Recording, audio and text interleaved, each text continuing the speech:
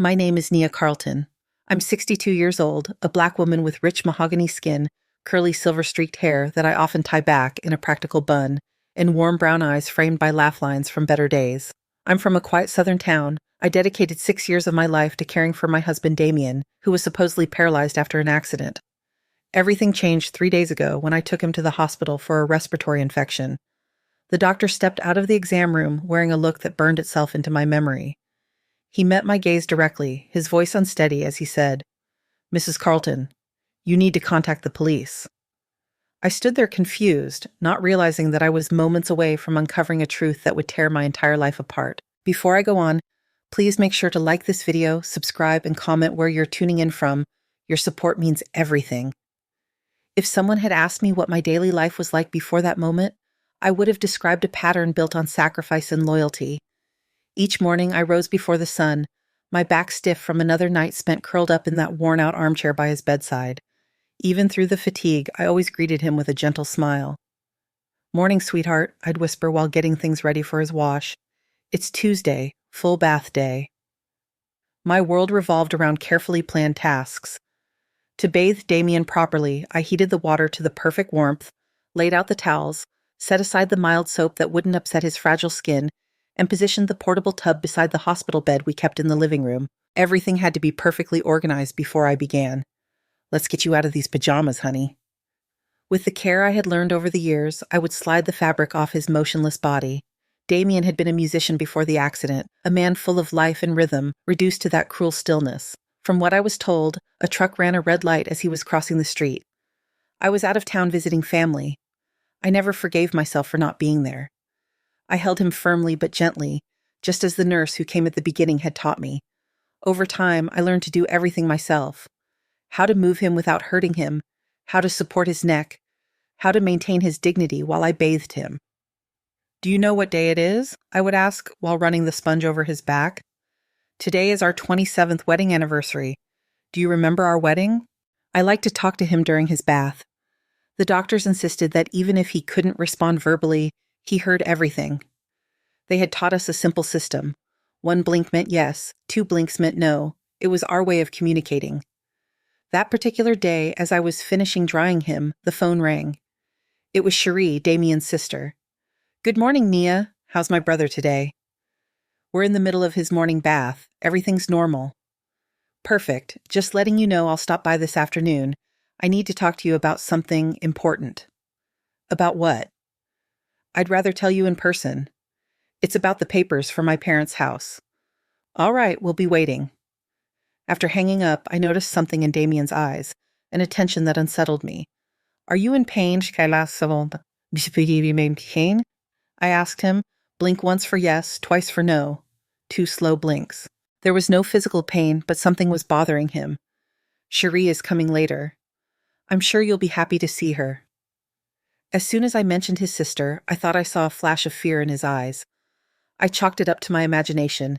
After so many years of caregiving and sleepless nights, sometimes I saw things that weren't there.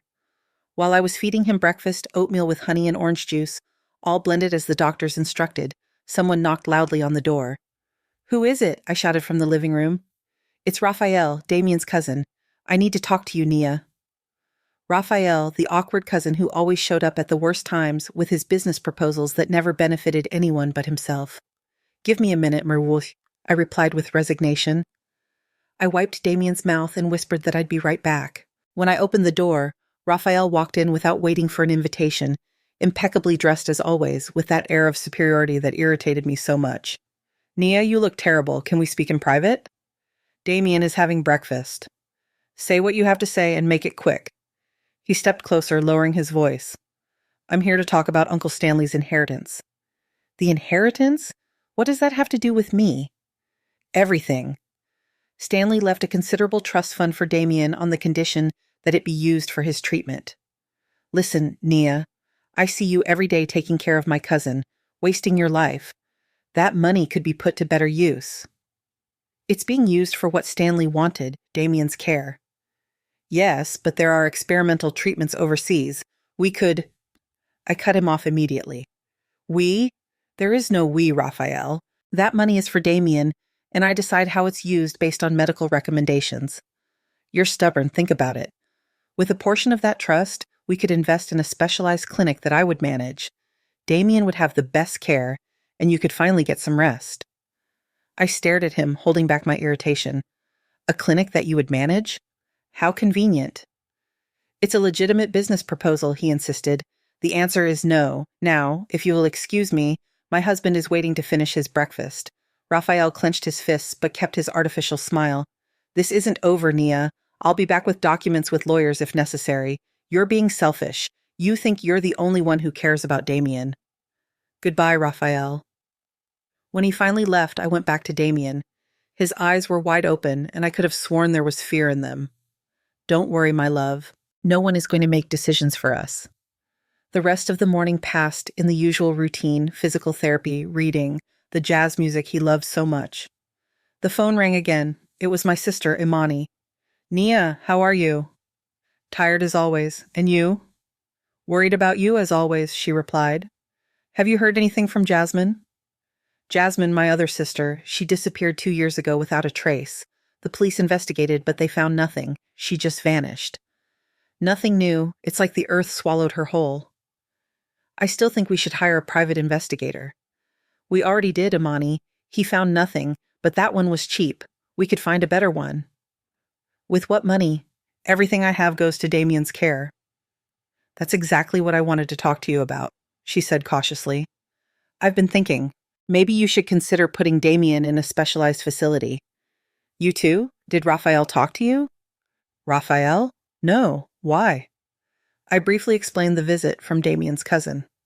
Imani sighed on the other end of the line. No, I haven't spoken to him. But think about it, sister. You haven't lived for 6 years. And now with what happened to Jasmine, I'm not going to abandon Damien. It's not abandoning him. It's seeking professional help, allowing yourself to breathe a little. For what, Imani? To look for Jasmine? We've already tried everything. Not just for Jasmine, for you. You need to get some of your life back. The conversation exhausted me. It was always the same with my family. I have to go. Damien is about to wake up from his nap. After feeding Damien his lunch, I settled him down for his usual rest. That's when I noticed something strange on his nightstand. A bottle of pills I didn't recognize. I couldn't remember the doctor prescribing anything new. I picked it up and examined the label, but it was partially smudged. What is this, Damien? I asked, showing him the bottle. His reaction surprised me. His eyes flew open, and he started blinking rapidly, chaotically, breaking our usual code. Calm down, my love. Did someone give you these pills? One blink. Yes. Cherie? 2 blinks.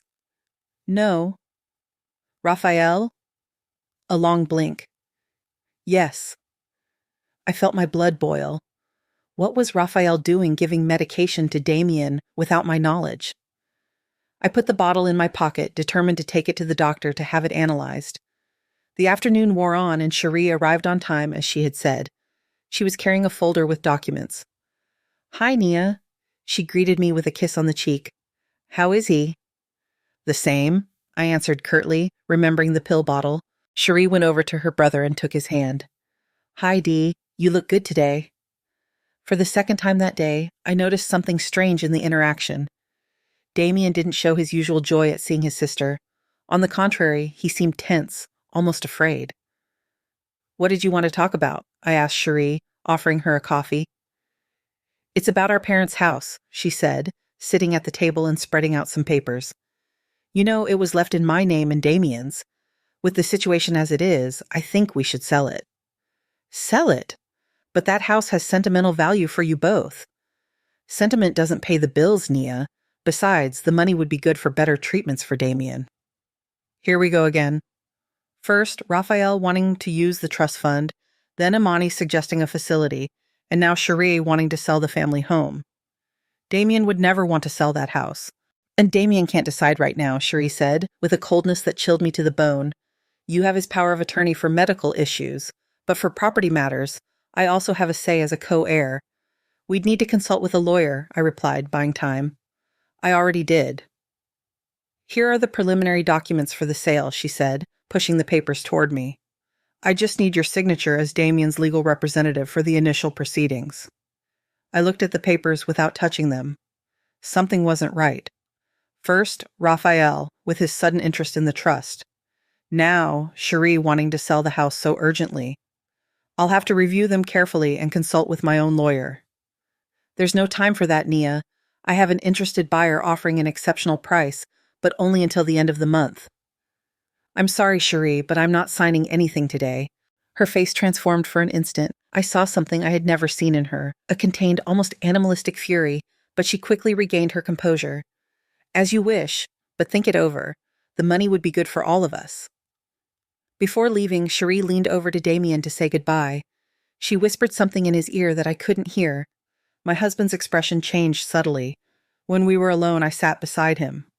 What did Cherie say to you? Damien started blinking rapidly, agitated. Easy, my love. Slowly. Did she threaten you? One blink. Yes. A shiver went down my spine. Does it have to do with selling the house? Two blinks. No. With your uncle's trust fund? One blink. Yes. Something serious was happening between Raphael, Cherie, and those mysterious pills. I felt that Damien was in danger, but how could I protect him if I didn't even understand what this was all about? That night, while Damien slept, I reviewed the documents Cherie had left. It wasn't just a proposal to sell the house. Among the papers was a forged power of attorney with my signature authorizing Cherie to manage all of Damien's assets, including the trust fund. The date on it was from 3 months ago. Someone had forged my signature. With trembling hands, I found my phone and called Dr. Thompson, Damien's primary care physician. I'm sorry to call so late, doctor, but this is urgent. I need Damien to be examined tomorrow morning. Has his condition worsened? No, I don't know. I found medication I don't recognize. And there are strange situations with his family. I understand, Nia. Bring him in first thing in the morning. I'll do a full examination and we'll analyze those pills. I barely slept that night watching over Damien. For the first time in 6 years, I doubted everything and everyone. And what if the accident wasn't really an accident? What if my sister Jasmine's disappearance was connected to all this? What if my entire devotion to Damien had been part of some sinister plan I couldn't comprehend? The next morning, I got Damien ready early. I explained that we were going to the hospital for a routine checkup. As I dressed him, I thought I saw a tear slide down his cheek. Don't be afraid, my love. I'm going to protect you. The drive to the hospital was tense. Every red light reminded me of the supposed accident that had left my husband in this state.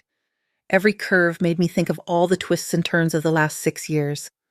When we arrived, Dr. Thompson greeted us personally. He examined Damien in detail while I waited nervously, clutching the pill bottle in my pocket like a silent piece of evidence that something was wrong.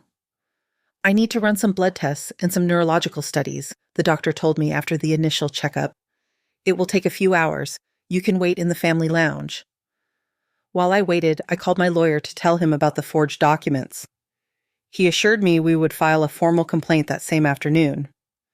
The hours passed slowly. I saw nurses coming and going from Damien's room. At one point, Dr. Thompson came out, accompanied by another doctor. They both looked at me with an expression I couldn't interpret. Dr. Thompson approached slowly. Mrs. Carlton, we need to talk. His voice sounded strange, as if he was struggling to find the right words. We've found something disconcerting in your husband's tests. What is it? Is he worse? Dr. Thompson took a deep breath before answering. Nia, call the police right now. The doctor's words echoed in the hospital corridor like a gunshot. My mind couldn't process them. The police? Why? What's wrong with Damien? Dr. Thompson looked at his colleague, a neurologist according to his lab coat, and then led me into a small consultation room. He closed the door behind us. What I'm about to tell you is difficult to explain, he began, rubbing his temples. We've run various tests on your husband, electromyography, and MRI, complete blood work. The anxiety was eating me alive. Your husband isn't paralyzed, Mrs. Carlton. The room seemed to spin around me. I grabbed the edge of the table to keep from falling. That's impossible. He hasn't moved in 6 years. I bathe him. I feed him. Listen to me, the neurologist interrupted. The tests are conclusive. There is no damage to his spinal cord. There is no atrophy corresponding to 6 years of immobility. His muscles show signs of recent use. But I see him every day. He doesn't move. He can't speak. We communicate with blinks, for God's sake. Dr. Thompson placed a folder on the table and opened it. It contained the test results. We also found traces of substances in his blood, benzodiazepines, mainly in controlled doses, enough to create the appearance of paralysis, but not so much as to endanger his life. I collapsed into a chair, unable to process what I was hearing. Are you saying that Damien has been faking for 6 years? Not exactly faking, the neurologist clarified. He's being systematically drugged, but not enough to cause actual paralysis. Someone is keeping him in that state, and he seems to be cooperating. The pills, I mumbled, pulling the bottle from my pocket with trembling hands. I found this on his nightstand. I didn't recognize the medication. Dr. Thompson took the bottle and examined it. These were not prescribed by me or any doctor at this hospital. We need to analyze them, but from the looks of it, they could be part of the cocktail of drugs we found in his system. Who has been giving him this? I asked, though deep down I already knew the answer. The police will have to determine that, Dr. Thompson replied. For now, we have stopped all medication. If our diagnosis is correct, he should start to regain mobility naturally within a few hours. I want to see him, I demanded, standing up. First, we need to call the authorities. This is a case of possible medical abuse, maybe even attempted murder. Murder? The word hit me like a sledgehammer. The substances we found administered over such a long period could have caused permanent damage. It's a miracle he hasn't developed severe kidney or liver problems. We called the police from the office phone. While we waited, Dr. Thompson continued to explain the situation. The preliminary analysis of his blood shows a very specific medication pattern. Someone has been dosing him with almost professional precision, enough to keep him docile, but not so much that the symptoms would be obvious in our routine checkups. I brought him for checkups every 2 months, I said, feeling my world fall apart. How did you not notice before? Because someone likely adjusted the doses before the checkups. The levels would drop just enough for the symptoms to seem consistent with his supposed condition. Besides, he hesitated for a moment. His medical appointments have been very spread out this past year. Cherie managed them, I muttered, remembering how Damien's sister had offered to help me with the appointments. She said it would let me get more rest. 2 police officers arrived in less than 15 minutes. A woman in her 40s, Detective Elena Ramirez, immediately took control of the situation. I need you to explain everything from the beginning. Mrs. Carlton, she said after the doctors presented her with the clinical findings. How did your husband's supposed accident happen? It took me a few minutes to gather my thoughts. 6 years of my life seemed to be dissolving before my eyes. I was out of town in Atlanta visiting family. I owned a small bakery business. I got a call from Cherie, Damien's sister. She told me Damien had been in an accident. A truck had run a red light and hit him as he was crossing the street. Did you see the police report from the accident? No. Cherie took care of everything. When I got to the hospital, Damien was already unconscious. The doctors... I looked at Dr. Thompson. Not Dr. Thompson, but the doctors who initially treated him. They told me he had suffered spinal cord damage, that he would never walk again. Do you remember which doctors treated him? Dr. Hernandez was the main one. I don't think he works at this hospital anymore. Dr. Thompson chimed in. Hernandez resigned about 4 years ago. He moved abroad, I believe. The detective took a note and continued. Who else was involved in your husband's care? At first, a nurse named Tanya came. She taught me how to care for him. After a few months, Cherie said it was an unnecessary expense, that I already knew how to do everything. There was also Raphael, Damien's cousin. He would show up from time to time supposedly to help, but he always ended up talking about the trust fund Damien's uncle had left for his care. Detective Ramirez leaned forward. Tell me about this trust fund. Damien's uncle Stanley left him a considerable trust, about $3 million, exclusively for his medical care in case of serious illness. After the accident, as his wife and legal guardian, I had access to that money only for medical expenses. Who was the trustee of the fund? I was, along with an attorney named Jenkins. Any withdrawal needed my signature and his. And the family home you mentioned, the one Cherie wanted to sell? It's a property in the historic district. It's probably worth $5 million, maybe more. It was left to Damien and Cherie when their parents passed away. The detective continued asking questions for almost an hour. Every answer I gave seemed to open new cracks in the world I thought I knew. One last question for now, she said finally. You mentioned your sister Jasmine disappeared 2 years ago. Can you give me more details? A lump formed in my throat. Jasmine used to come over often to help me with Damien. One day, she told me she had noticed something strange about Cherie's behavior, that she wanted to investigate further. The following week, she disappeared. She left a note saying she needed time for herself, that she was going to the coast for a while, but she never contacted us again. And you didn't find that suspicious? Of course I did. I hired a private detective, but he found nothing. The police said she was an adult who had decided to leave of her own free will, that there were no signs of foul play or reason to suspect a crime. The detective closed her notebook. Mrs. Carlton, we are going to reopen the investigation into your sister's disappearance, and now I need to speak with your husband. My heart skipped a beat. Can I be there? I'd prefer to speak with him alone first. According to the doctors, he should be regaining his ability to communicate. Dr. Thompson intervened. Actually, I think it would be better if Mrs. Carlton were present. The patient might feel safer. The detective reluctantly agreed. When we entered Damien's room, I was surprised to see him with his eyes open, more alert than I had seen him in years. Our eyes met. I didn't see the love I expected or even guilt. I saw fear, a deep, animalistic fear. Carlton, I'm Detective Elena Ramirez. Can you understand me? Damien nodded slightly. That simple gesture took my breath away. For 6 years, he had only responded with blinks. Dr. Thompson informs me that you should be able to speak soon once the effects of the medication wear off completely, the detective continued. In the meantime, you can respond with gestures. Do you know who has been giving you these substances? Damien stared at me, then looked away toward the detective. He nodded again. Was it your sister, Cherie? Another nod, more decisive this time. Was anyone else involved? Damien nodded again. Raphael, your cousin? A nod. Anyone else? Damien closed his eyes for a moment as if gathering strength. When he opened them, his lips trembled. He slowly mouthed a word, silent but perfectly legible. Hernandez, the doctor who had treated him initially, the one who had diagnosed his paralysis, the one who had disappeared 4 years ago. The detective checked her watch. I'm going to leave a patrol car guarding your room, Mr. Carlton, and I'll need some officers to go to your house, Mrs. Carlton, to secure the location and search for evidence. Of course, I replied, still in shock. For now, do not contact anyone in your husband's family. We will inform them that he is hospitalized for respiratory complications, but we will not mention our discoveries. We need them to believe everything is still the same while we investigate.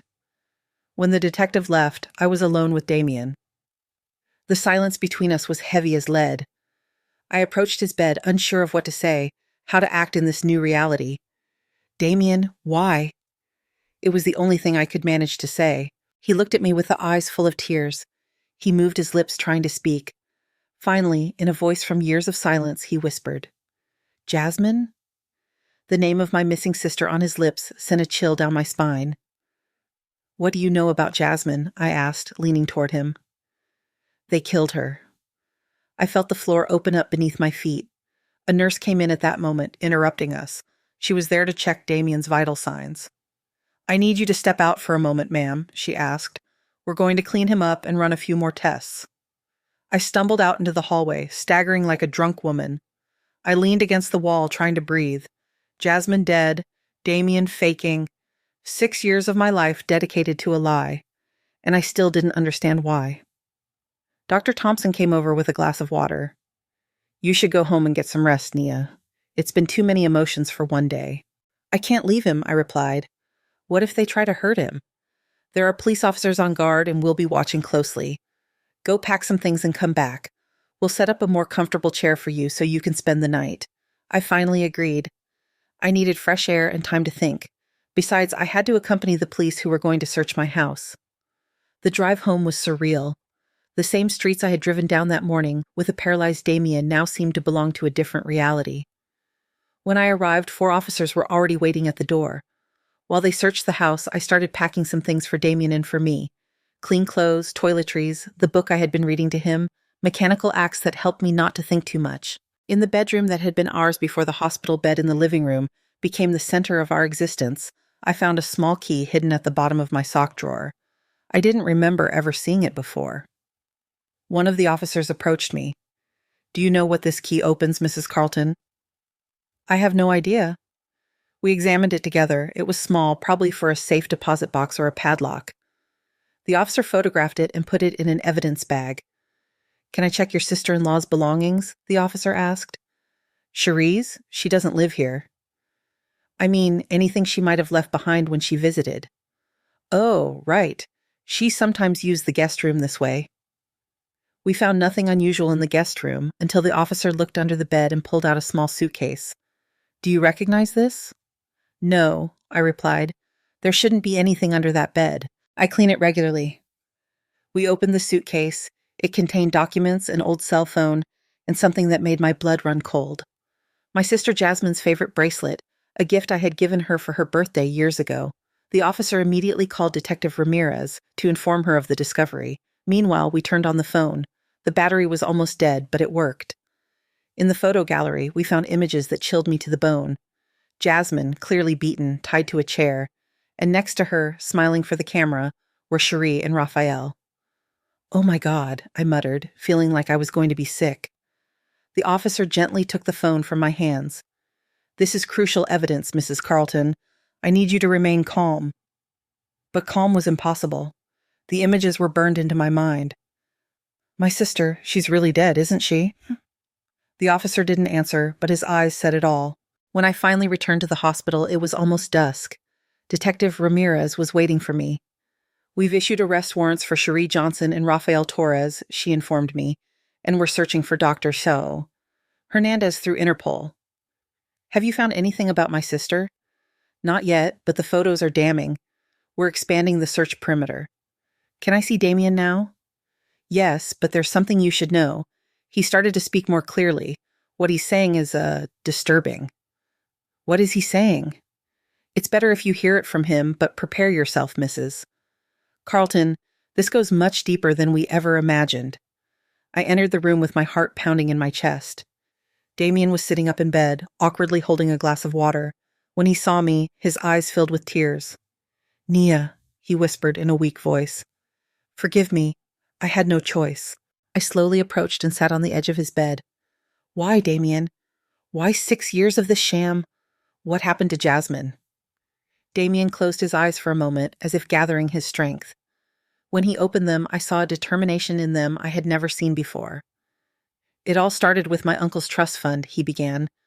"But it turned into something much worse. Cherie and Raphael didn't just want the money.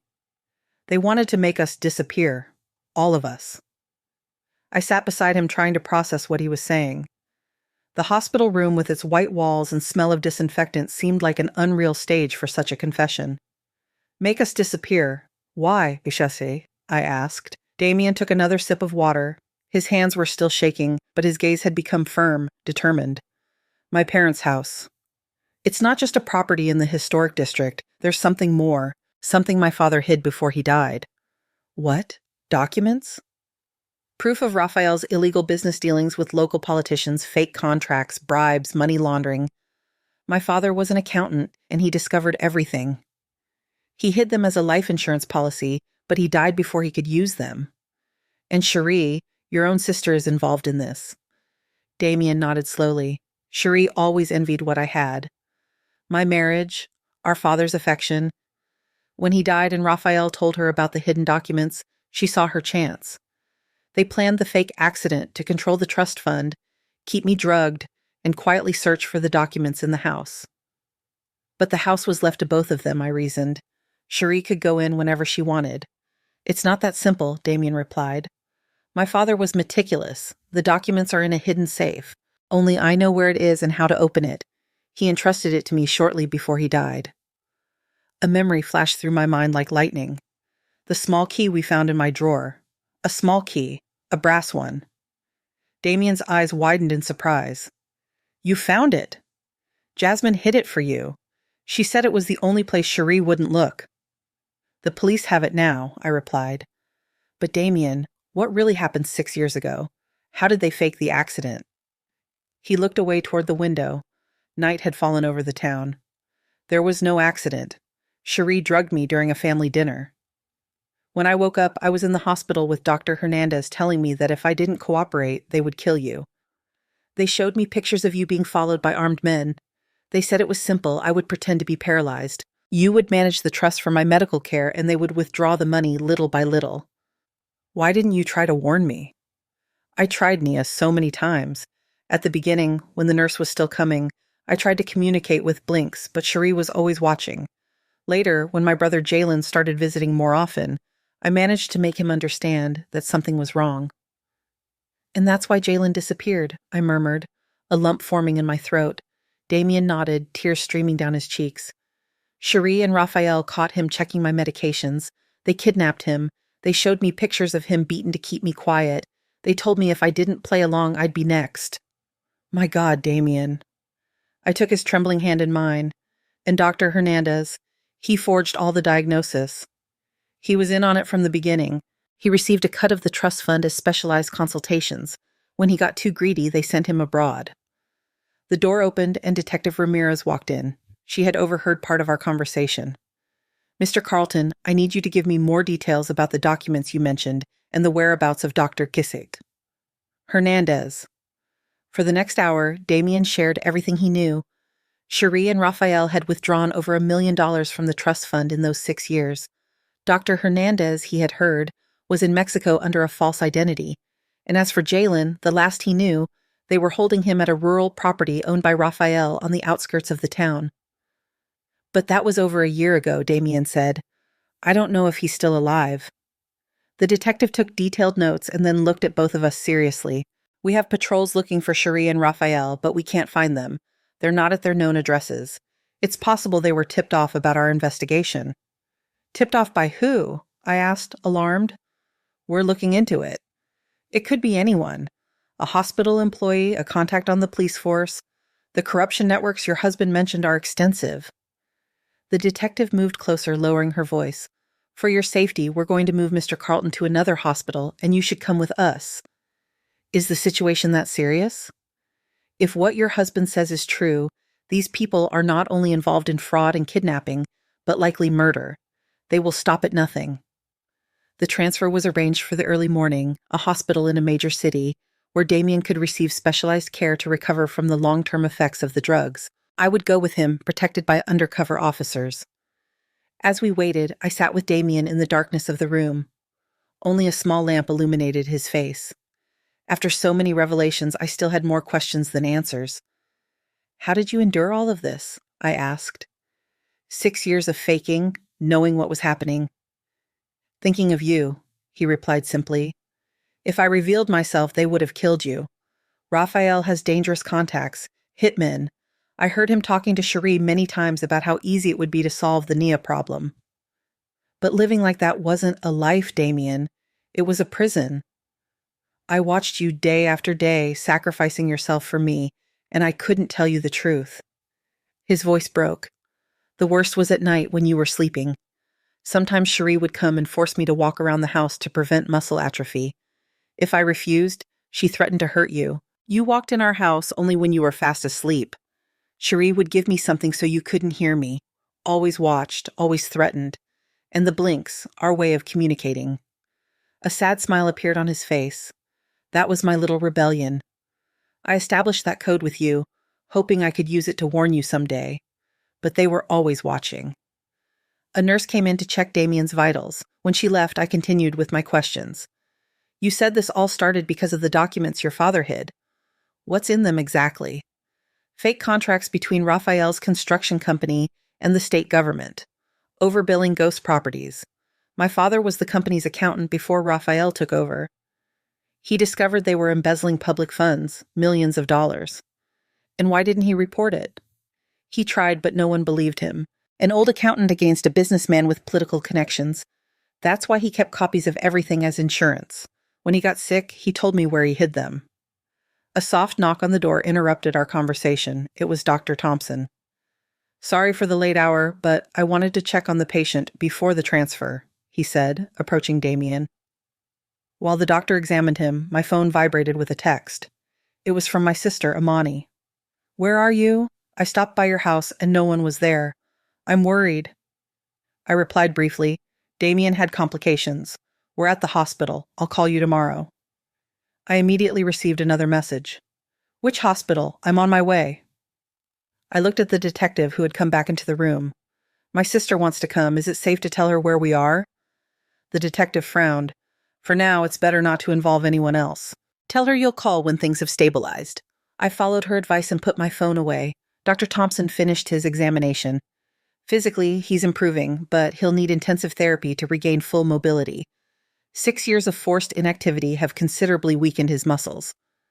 Will I have permanent damage? Damien asked in a trembling voice. It's hard to say right now, but with the right treatment, you should recover much of your functionality. When the doctor left, Damien turned to me with an expression I hadn't seen before. Pure determination. I need you to help me find Jalen, he said, if he's still alive. The police are handling it, I replied. They've sent units to Raphael's property. He's not there anymore. They moved him months ago. I heard Cherie talking on the phone. Do you know where? Not exactly, but she mentioned the lake house. Raphael has a cabin on the lake. He never took me there, but he mentioned it sometimes. I passed this information to the detective, who immediately made some calls. When she returned, her expression was grave. We've located the cabin, but we need a warrant to enter. We're working on it.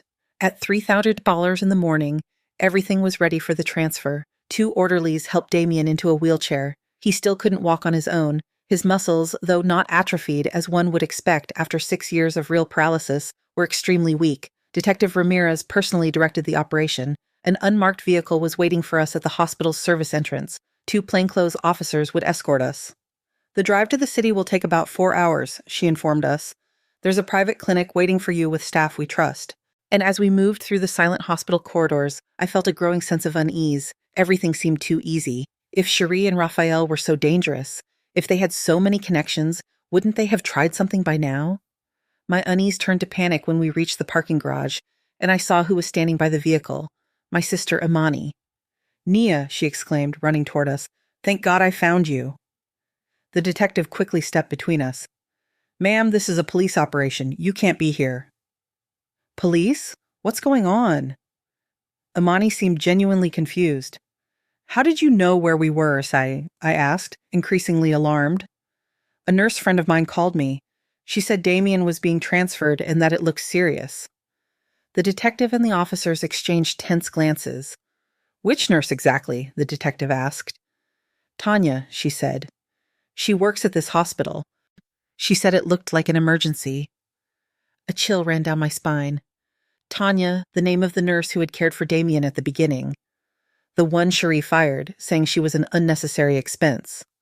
Detective, Tanya was the nurse who... I didn't finish the sentence. A screech of tires filled the parking garage as a black SUV appeared out of nowhere, skidding toward us. The doors flew open and 3 armed men jumped out. Get on the ground, one of the officers yelled, drawing his weapon. It all happened in seconds. Gunshots, screams. I threw myself over Damien, shielding him with my body.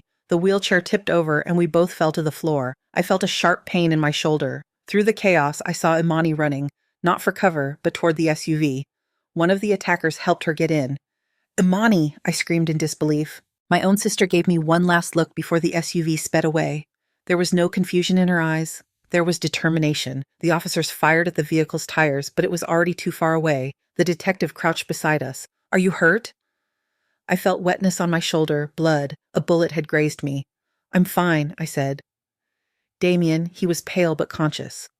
I'm not hit, he murmured. Nia, your sister. It looks like she's with them, the detective said, helping us up. Did you have any suspicions? None. Imani was always... She always seemed to be on my side. The second officer approached, bleeding from a cut on his forehead. The nurse she mentioned, Tanya Thompson. I just confirmed she hasn't worked at this hospital in 5 years. The detective cursed under her breath.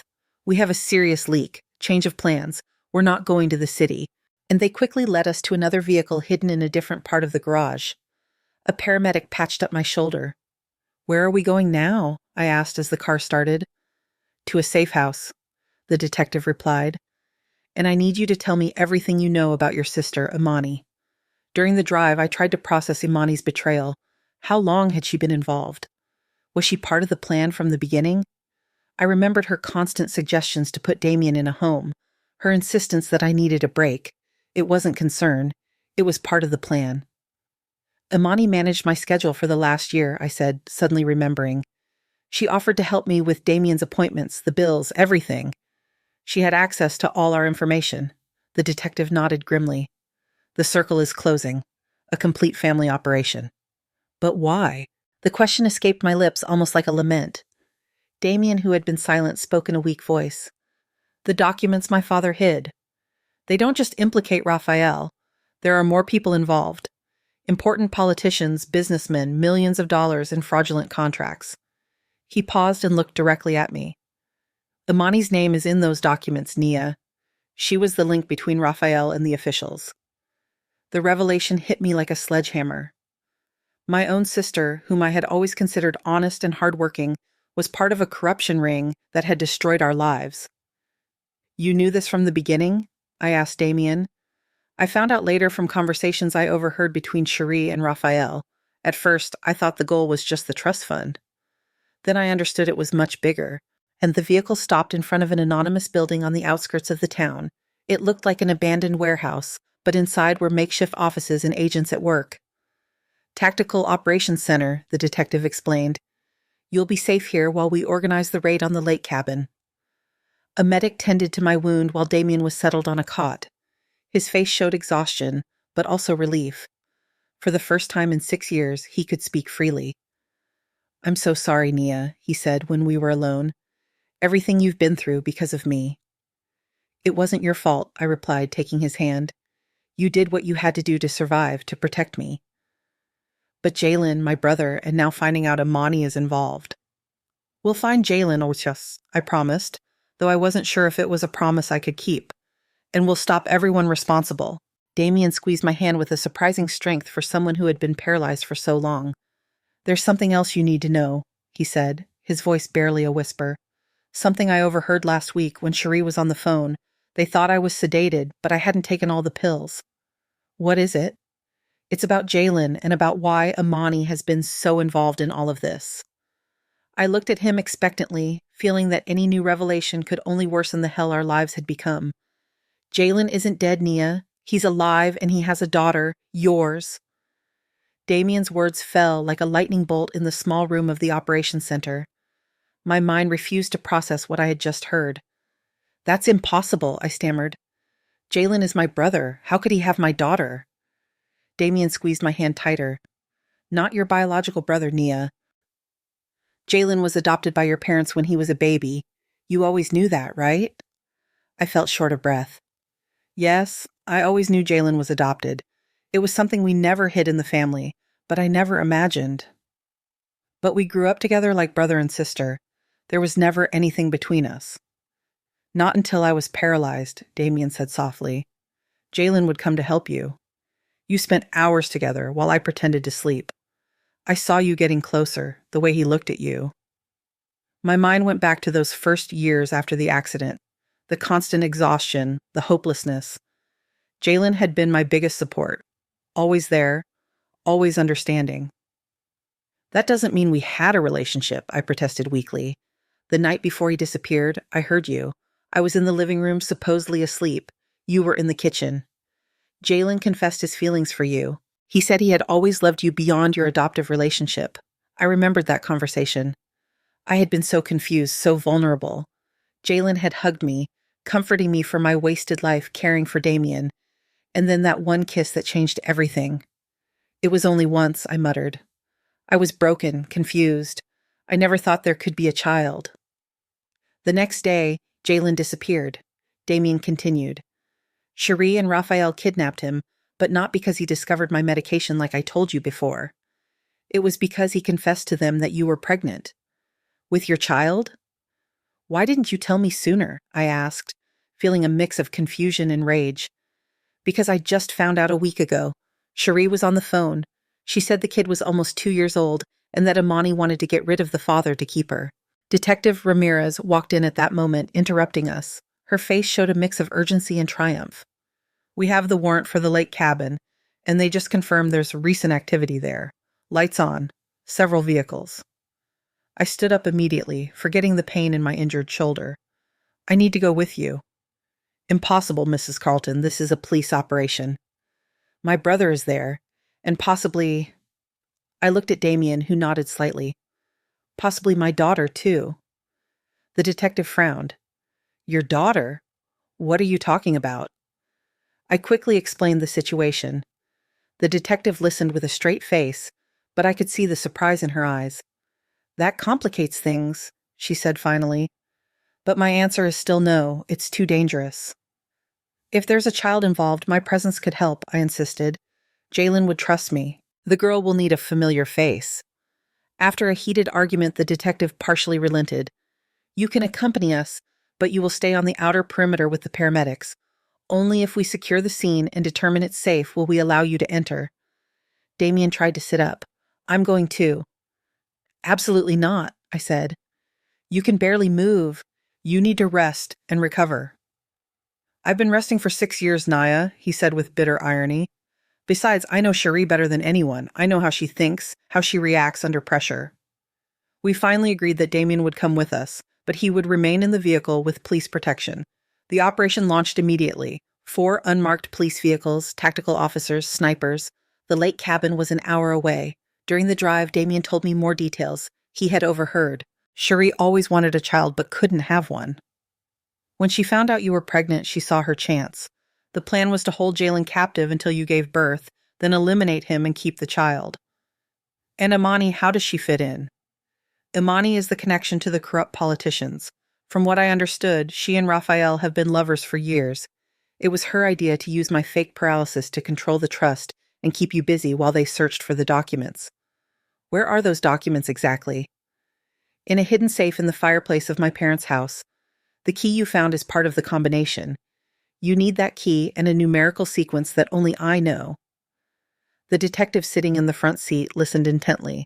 Those documents will be crucial for the case, she said, but right now, our priority is rescuing the hostages. As we approached the lake, the night began to give way to the first rays of dawn. Raphael's cabin was in an isolated area, surrounded by trees with direct access to the water. The vehicle stopped about 500 yards from the property. The tactical officers began to deploy silently into the woods surrounding the cabin. From our position, we could see lights on inside and 3 vehicles parked outside. The black SUV from the shootout, a gray sedan, and a red truck I recognized immediately. That's Raphael's truck, I whispered. The detective nodded and gave the final instructions over the radio. The plan was simple. Snipers would cover all exits while the tactical team entered from 3 different points simultaneously. Remember, we have confirmed presence of at least 1 minor, the detective said. Extreme caution. I watched with my heart in my throat as the officers moved toward the cabin. The silence was absolute, broken only by the occasional chirp of an early bird. Damien held my hand tightly. Suddenly, a scream came from inside the cabin, followed by the sound of breaking glass. Go, go, go, the detective ordered into her radio. It all happened in seconds. The officers stormed the cabin. There were shouts, commands, and then gunshots. 2, 3, dry pops. Oh my God, Damien exclaimed, clutching my arm. The next few minutes were agony. Finally, an officer's voice came over the radio. Perimeter secure. 2 suspects neutralized. 1 suspect wounded. 2 hostages unharmed. I repeat, 2 hostages unharmed. The detective turned to us. Wait here until I give the signal. She quickly got out of the vehicle and ran toward the cabin. Damien and I sat in silence, too shocked to speak. After what felt like an eternity, an officer approached and opened our door. You can come in now, be careful. I helped Damien out of the vehicle. He still needed support to walk, but his determination gave him strength. We walked slowly toward the cabin where Detective Ramirez met us. Raphael is dead, she informed us bluntly. Cherie is wounded but stable. Imani surrendered without a fight. And Jalen, I asked, my voice trembling. The girl in the back room, they're okay. A medic is checking on them. We crossed the main room of the cabin, trying not to look at Raphael's covered body or at Cherie, who was receiving medical attention on the floor, guarded by 2 officers. Imani was sitting in a corner, handcuffed, staring into space. As we walked past her, she looked up. Nia, she said, her voice barely audible. I never meant for it to go this far. I didn't stop. There were no words for what I felt toward my sister in that moment. The back room was small but cozy, and there was Jalen sitting on a bed, holding a small girl in his arms. When he saw me, his eyes filled with tears. Nia, he whispered, you came for us. The girl about 2 years old looked at me with curiosity. She had my eyes, there was no doubt, and Jalen's smile. Jalen, was all I could say before emotion overwhelmed me. I approached slowly, afraid of scaring the child. Jalen held out a hand to me. "Ebony, this is your mom," he told the girl in a soft voice. "The one I've told you so much about." The girl studied me with the intensity only the small children possess. Then she smiled shyly. I felt something break and mend inside my chest. Damien had stayed at the door, watching the scene with a mix of emotions on his face. "Damien," Jalen said, surprised. "You're standing." "It's a long story," Damien replied, approaching slowly. "As long as yours, I suppose." The two men looked at each other for a long moment, sizing each other up, recognizing each other as survivors of the same nightmare. "They told me you were dead," Jalen finally said. "Cherie showed me pictures, said they had eliminated you, and they kept you captive here," Damien replied, "while they made me believe they had murdered you." The detective interrupted us gently. "We need to take you all to the hospital for a full examination, and then we'll need to take formal statements." The next few hours passed in a fever dream. The hospital, doctors, the incessant questions from investigators. Jalen told us his story, how Cherie and Raphael had kidnapped him when they discovered the pregnancy, how they had held him prisoner, first in a house on the outskirts, then at the cabin. "They wanted to take Ebony from me as soon as she was born," Ha explained. "But Cherie grew attached to her. She started treating me better, letting me care for her. I think that saved my life." "And Imani?" I asked. "When did she get involved?" "She was always in on the plan," Jalen replied bitterly. "She was the one who suggested using me as a hostage to keep Damien under control. At first, she pretended to help you just to keep an eye on you, but over time she got greedier. She wanted the documents, the trust fund, everything." Detective Ramirez informed us that Cherie, despite her injuries, had started talking. She was seeking a deal with the prosecutor's office in exchange for detailing the entire corruption network. "She's given us big names," the detective said. "State officials, businessmen, even a federal judge. This is going to cause a political earthquake in this town." 3 days later, when the doctors deemed us all stable, we returned to the town under police protection. Our first stop was Damien's parents' house, now cordoned off as a crime scene. Under Detective Ramirez's supervision, Damien led us to the living room fireplace. He removed a specific stone from the inner lining, revealing a small compartment. There, using the key I had found in my drawer and a numerical combination he recited from memory, he opened a hidden safe. Inside was a thick folder with documents, USB drives, and photographs, all the incriminating material that Damien's father had collected over the years. "With this, we can ensure everyone involved pays for their crimes," the detective said as she sealed everything as evidence. The following weeks were a whirlwind of court statements, medical therapies, and difficult decisions. Damien progressed rapidly with physical therapy, regaining the mobility he had pretended to lose for 6 years. Jalen and little Ebony were temporarily moved to a safe house, protected by the prosecutor's office. A month after the rescue, the three of us, Damien, Jalen, and I, met to talk about the future. It was a conversation we had postponed but could no longer avoid. "The doctors say I'll be fully recovered in a few months," Damien began. "I've been thinking a lot about what I want to do next." "And what have you decided?" I asked cautiously. "I'm going to sell my share of the family house and move to a big city. I have an offer to teach jazz music at an academy." He paused, looking at me directly. "I want a fresh start, Nia. With no ties to the past." I understood what he was telling me. He wasn't asking me to go with him. "Damien, He held up a hand, stopping me. "You don't have to say anything. These 6 years have changed us both. I was pretending to be paralyzed, but in reality, we were both trapped." He looked at Jalen, then at me. "Now we are all free to choose." Jalen, who had been silent, spoke softly. "I don't want to get between you two. What happened between us, Nia, was under extraordinary circumstances. I don't expect anything." "But Ebony is my daughter," I replied. "And you? You're important to me, Jalen. You always have been." "I know. And Ebony needs her mother, but I don't want you to be with me out of obligation." Damien slowly stood up, leaning on his cane. "I think you two need time alone to talk." "Wait," I asked him. "I don't want you to leave like this after everything we've been through together." He smiled with a mix of sadness and serenity. "I'm not saying goodbye, Nia. I'm just giving you space to figure out what you really want, what we both want. After Damien left, Jalen and I sat in silence for a long time. Finally, he took my hand. What are we going to do, Nia? I don't know, I answered honestly, but I want to be a part of Ebony's life, and I want to see where this leads us, Jalen. Without guilt, without pressure. 6 months later, life had found a new balance. Damien kept his word and moved to the city where his career as a music teacher was flourishing. We kept in touch, a cautious friendship that was slowly healing the wounds of the past. Jalen, Ebony, and I moved into a small house on the outskirts of the town. We started slowly rediscovering each other, building an unconventional but loving family. The ghosts of our shared history still visited sometimes, but they grew fainter every day. Cherie was sentenced to 30 years in prison for kidnapping, fraud, and conspiracy. Imani received a lesser sentence, 15 years, thanks to her cooperation with the authorities.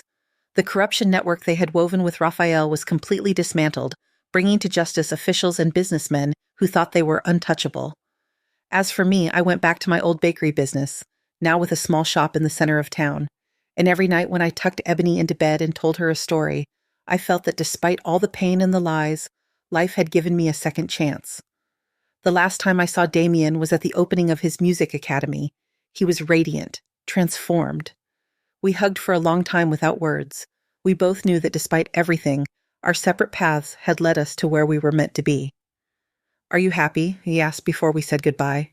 I am, I replied honestly. And you? I'm learning to be, he said smiling. One day at a time. And that is my story. I cared for my paralyzed husband for 6 years until a doctor told me to call the police.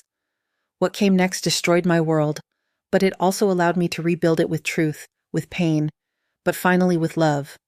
If my story moved you, subscribe to the channel for more testimonies that will leave you breathless. Leave a comment telling me what would you do in my situation.